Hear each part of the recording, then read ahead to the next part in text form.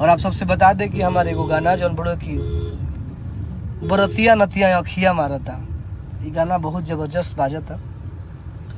और आप सब जे भी सुनले नहीं के एक बार सुनी जा।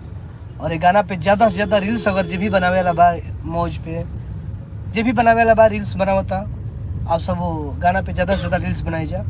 बरतिया नतिया अखिया मारता। आप अगर आप इंस्टाग्राम चलाते हैं तो इंस्टा पे बनाइए, मौज चलाते हैं तो मौज पे बनाइए, MX टकाटक पे बनाते हैं तो उस पर बनाइए, फेसबुक पे बनाते हैं तो उस पर बनाइए, लेकिन बनाइए और ज़्यादा से ज़्यादा आप लोग बनाइए और गाना को बजाइए दबा के। और गाना बहुत ही साफ़ सुथरा मैटर और हमारे लाइफ के सबसे बड़ा गाना होने वाला है। और आप लोग के प्यार आशीर्वाद से 10 दिन में 2 मिलियन एबव है, 24 लाख है अभी वीडियो।